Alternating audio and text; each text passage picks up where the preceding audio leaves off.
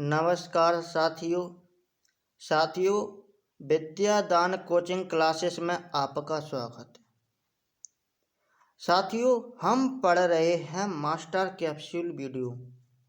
जो master capsule video है, इसके अंतर्गत हम पढ़ेंगे ग्रह से संबंधित गति के नियम। क्या साथियों? ग्रहों की गति संबंधी नियम। तो आज की मास्टर कैप्सूल वीडियो में हम पढ़ेंगे ग्रहों की गति संबंधी नियम। तो ग्रह अपने कितने होते हैं? अपने 8 ग्रह हैं, जैसे Budh, Shukra, Prithvi, Mangal, Brihaspati, Shani, Arun, Varun, Uranus, Neptune. English में बोलते हैं इनको, हिंदी में अरुण, वरुण। तो एक ग्रह हैं, इन्हीं के बारे में अपन को इनकी जो गति है उनके बारे में अध्ययन करना है। क्या साथियों? इन्हीं के बारे में अध्ययन करना है।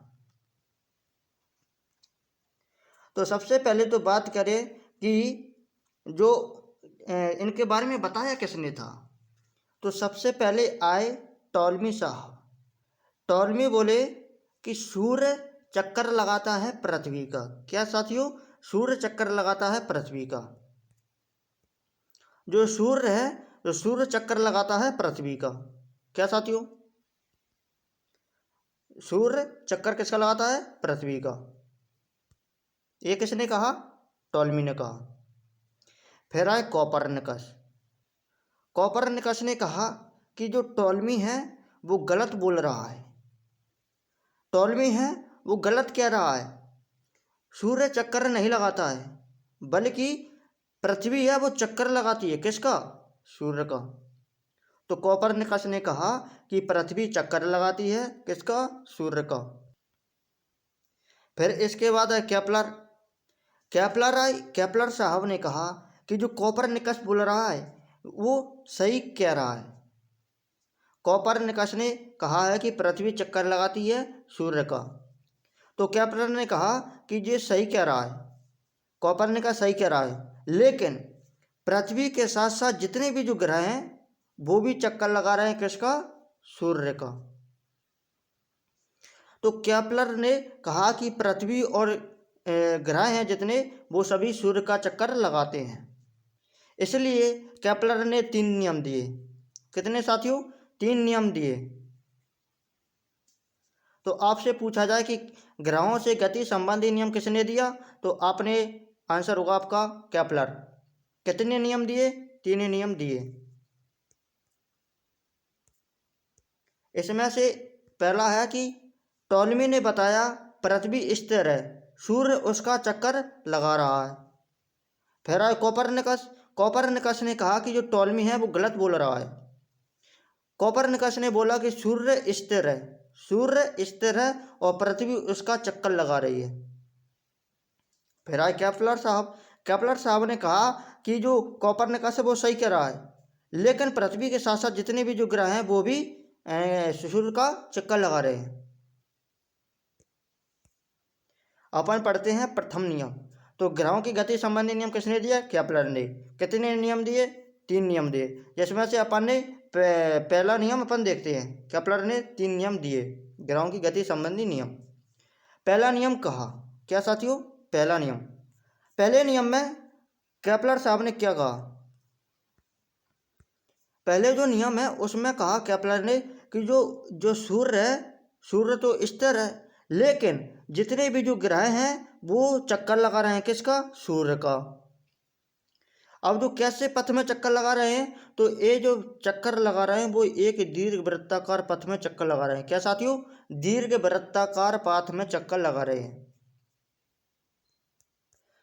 तो दीर्घ वृत्ताकार पथ यानी कि इलिप्टिकल पाथ में यानी कि कक्षा में चक्कर लगा रहे हैं या घूमते हैं। और सूर्य फोकस पर स्थिर रहता है। सूर्य फोकस पर स्थित रहता है या स्थिर रहता है। अब फोकस समझिए क्या होता है। जैसे अपन ने पढ़ा है कि वृत्त होता है, वृत्त के बीचों बीच में क्या होता है? उसका सेंटर केंद्र होता है। यहाँ से आधा मापेंगे तो रेडियस हो जाती है, और इसको यहाँ से मापेंगे तो इसका पूरा हो जाता है, पूरा डायमीटर बोले तो व्यास हो जाता है। तो इसमें वृत्त में क्या होता है, कहीं से भी माप लो तो इनकी डायमीटर हमेशा बराबर ही होगा। क्या साथियों, डायमीटर हमेशा बराबर ही होगा। लेकिन जो इलिप्टिकल पाथ होता है, बोले तो दीर्घ वृत्ताकार पाथ होता है, उसमें ऐसा कहीं नहीं होता है। आप यहाँ से दूरी मापोगे तो और कुछ आएगी, यहाँ से कुछ और आएगी, यहाँ से कुछ और आएगी। तो इसका सेंटर ना होकर इसका फोकस होता है। क्या साथियों, इसका फोकस होता है। तो फोकस समझ में आ गई होगी साथियों। फोकस क्या होता है, तो दीर्घ वृत्ताकार पाथ में फोकस होता है, जैसे वृत्त में केंद्र होता है। तो पहले नियम में कहा केपलर ने कि सूर्य चक्कर जितने भी जो ग्रह हैं वो सूर्य का चक्कर लगा रहे हैं। किस कक्षा में लगा रहे हैं, तो इनकी दीर्घ वृत्त इनकी कक्षा में चक्कर लगा रहे हैं, बोले तो इलिप्टिकल पाथ में घूम रहे हैं। और जो सूर्य है वो एक फोकस पर स्थिर रहता है। जो इलिप्टिकल पाथ है, सूर्य है वो फोकस पर स्थिर है, और जो पृथ्वी एक ग्रह है तो पृथ्वी इसका चक्कर लगाती है। किस पथ में चक्कर लगाती है, तो दीर्घ वृत्ताकार पथ में, इलिप्टिकल पाथ में चक्कर लगाती है। तो यही केपलर ने बताया अपने प्रथम नियम में। इसके बाद दूसरा नियम, दूसरे नियम में कहा केपलर ने कि जो ग्रह हैं वो चक्कर लगा रहे हैं, किसका, सूर्य का। ग्रह वो चक्कर लगा रहे हैं सूर्य का, तो इनकी जो क्षेत्रीय चाल होती है वो हमेशा क्या होती है साथियों, समान होती है। क्षेत्रीय चाल नियत होती है। अब इसको आप डायग्राम से समझिए। जैसे यहाँ पर मान के चलिए कि ये है आपकी पृथ्वी और ये है सूर्य, ये किस यानी कि वृत्ताकार पथ में घूम रही है, वृत्ताकार नहीं, दीर्घ वृत्ताकार, इलिप्टिकल पाथ। अब बात करें कि जो यहाँ से पृथ्वी है, मान के चलिए कि एक महीने, कितने साथियों, एक महीने का समय लिया, एक महीने का समय लिया, और ये पृथ्वी यहाँ से चलती चलती यहाँ तक आ गई। और उसी मान के चलिए एक महीने में उतने ही समय में पृथ्वी यहाँ पर थी, और उतना ही यानी कि एक मंथ का समय यहाँ पे लगा, तो यहाँ से चलती चलती यहाँ तक आ गई। तो जब हम यानी कि एक सूर्य के केंद्र से पृथ्वी के केंद्र को मिलाते हैं, तो इतने जितना इसका एरिया आता है, क्या साथियों, जितना इसका एरिया आता है उतना ही एरिया इसका आता है। तो इससे पता चलता है कि जो ग्रह हैं, ग्रह क्षेत्रीय गति करते हैं, तो उनकी जो क्षेत्रीय चाल होती है वो नियत रहती है। यहाँ से क्षेत्रफल निकालेंगे तो इसकी जो निकलेगा, कुछ निकलेगा, उतना ही बराबर निकलेगा ये। तो इसमें बताया कि क्षेत्रीय चाल नियत रहती है। इसलिए जब सूर्य से ग्रह दूरी पर होते हैं तो सूर्य धीमी गति से चलने लगते हैं। लेकिन जब जो सूर्य के करीब आ जाते हैं कोई ग्रह, तो वो तेजी से घूमने लग जाते हैं, क्योंकि उनकी क्षेत्रीय चाल नियत होती है।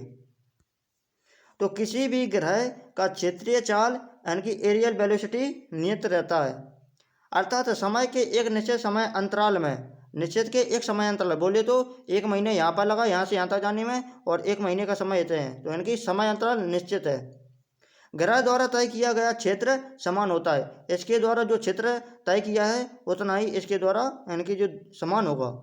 जिस कारण जब कोई ग्रह है वो सूर्य के करीब आता है तो उनकी चाल बढ़ जाती है। क्या साथियों, उनकी चाल बढ़ जाती है। तो एक इसके नियम में कहा केपलर ने, दूसरे नियम में कहा। अब बात करते हैं तीसरा नियम। तीसरा नियम केपलर ने तीसरे नियम में क्या कहा, केपलर ने अपने तीसरे नियम में कहा कि आप जो अपन ने देख लिया कि ग्रह हैं, ग्रह किसका चक्कर लगाते हैं, सूर्य का चक्कर लगा रहे हैं, और ये किस पथ में चक्कर लगा रहे हैं, तो दीर्घ वृत्ताकार पथ में चक्कर लगा रहे हैं। क्या साथियों, दीर्घ वृत्ताकार पथ में चक्कर लगा रहे हैं। और अपन ने ये भी देख लिया कि इनकी जो क्षेत्रीय चाल होती है वो हमेशा बराबर होती है। क्षेत्रीय चाल है वो हमेशा बराबर होती है, बोले तो नियत होती है। ये दूसरे नियम में देख लिया। और तीसरा नियम ये बताता है कि जो ग्रह है वो सूर्य का एक चक्कर कितने समय में लगा लेगा। सूर्य का चक्कर यानी कि कितने समय में लगा लेगा, कोई भी जो ग्रह है वो सूर्य का चक्कर कितने समय में लगा लेगा। तो ये तीसरे नियम में बताया। तो जैसे मान के चलिए अपन पढ़ते हैं 9 बजे से 10 बजे तक पढ़ा, तो 9 से 10 के बीच में जो समय होता है उसको बोलते हैं अपन टाइम पीरियड। टाइम पीरियड बोले तो आवर्तकाल, आवर्तकाल को अपन टी से दर्शाते हैं। और उसी प्रकार जैसे व्रत होता है, व्रत में क्या क्या होता है साथियों, यहाँ से मापिए तो ये क्या होता है साथियों, कहीं से भी मापिए तो ये पूरा क्या हो जाता है व्यास, बीच में क्या होता है सेंटर, और व्यास का आधा होता है त्रिज्या, व्यास की आधी क्या हो जाती है त्रिज्या।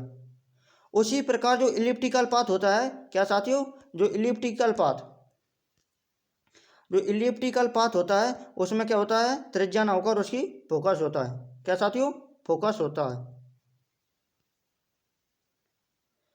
तो यहाँ से अपन इसमें क्या होता है, उसमें वृत्त में तो होता है व्यास, और इसमें व्यास ना होकर एक होता है लघु अक्ष, बोले तो लघु अक्ष, एक होता है दीर्घ अक्ष, दीर्घ अक्ष। तो दीर्घ अक्ष अपन ने मान लिया कि दीर्घ अक्ष की जो पूरी लंबाई है वो 2a है, क्या साथियों, 2a, 2a है। अब अपन क्या करेंगे, इसका आधा लेंगे, इसका आधा लेंगे, बोले तो यहाँ से यहाँ तक लाइए या यहाँ से यहाँ तक लाइए, इसको आधा करेंगे तो क्या करेंगे, 2 का भाग लगा देंगे, तो यानी कि जो दीर्घ अक्ष है, क्या साथियों, जो दीर्घ अक्ष है ये लघु अक्ष है, तो दीर्घ अक्ष का आधा, तो बोले तो 2a अपन में 2 भाग लगाएंगे तो आ जाएगा a, क्या साथियों, a। तो यही कहा है केपलर ने अपने तीसरे नियम में कि जो कोई भी जो ग्रह है वो अपना चक्कर एक पूरा करने में कितना समय लगेगा, तो यानी कि कोई किसी भी ग्रह का आवर्तकाल का वर्ग, कोई भी ग्रह है वो अपना चक्कर कितने समय में लगाएगा, तो आवर्तकाल का वर्ग बोले तो टी का स्क्वायर, क्या साथियों, टी का स्क्वायर, और जो दीर्घ अक्ष होता है तो दीर्घ अक्ष का आधा बोले तो अर्ध दीर्घ अक्ष का तृतीय घात के समानुपाती होता है। तो ये तीसरे नियम में कहा किसने, केपलर ने। तो केपलर ने अपने तीसरे नियम में क्या कहा, केपलर ने तीसरे नियम में कहा कि किसी ग्रह के आवर्तकाल का वर्ग, किसी ग्रह के आवर्तकाल का वर्ग बोले तो टी, और वर्ग टी का वर्ग यानी कि आवर्तकाल का वर्ग, उसके अर्ध, अर्ध बोले तो आधा, अर्ध बोले तो आधा, दीर्घ अक्ष बोले तो यानी कि मेजर एक्सेस, ये है मेजर एक्सेस, इसका आधा करेंगे 2a का तो आ जाता a के तृतीय घात, बोले तो तृतीय घात, के तृतीय घात बोले तो 3 के घात के समानुपाती या अनुक्रमानुपाती, समानुपाती या अनुक्रमानुपाती होता है। तो साथियों यही कहा था केपलर ने अपने तीसरे नियम में। तो साथियों आज अपन ने पढ़ा ग्रहों से संबंधित गति के नियम, केपलर ने दिए, कितने नियम दिए, 3 नियम दिए। इसमें पहले नियम में कहा है कि जो कोई भी ग्रह है वो दीर्घ वृत्ताकार पथ में चक्कर लगाता है। दूसरे नियम में कहा कि जो ग्रह गति करते हैं वो क्षेत्रीय चाल उनकी नियत रहती है, इसलिए जो सूर्य के करीब आ जाते हैं जो भी ग्रह उनकी जो चाल होती है बढ़ जाती है। तीसरे नियम में कहा कि किसी भी ग्रह का जो आवर्तकाल है, आवर्तकाल का वर्ग उसके तृतीय अर्ध दीर्घ अक्ष के तृतीय घात के समानुपाती होता है। तो ये अपन ने पढ़ा ग्रहों से संबंधित गति के नियम। तो दोस्तों आज की वीडियो को बस यहीं पर अंत करते हैं, और साथियों आपको इसका PDF प्राप्त लेना चाहते हो तो विद्यादान कोचिंग क्लास, विद्यादान कोचिंग 88 पर, यानी कि इस लिंक को आप डिस्क्रिप्शन में मिल जाएगी, जिससे कि आप टेलीग्राम को ज्वाइन कर सकती हो, यहाँ से आप इस PDF को प्राप्त कर सकते हो। आज की वीडियो में बस इतना ही। Thank you.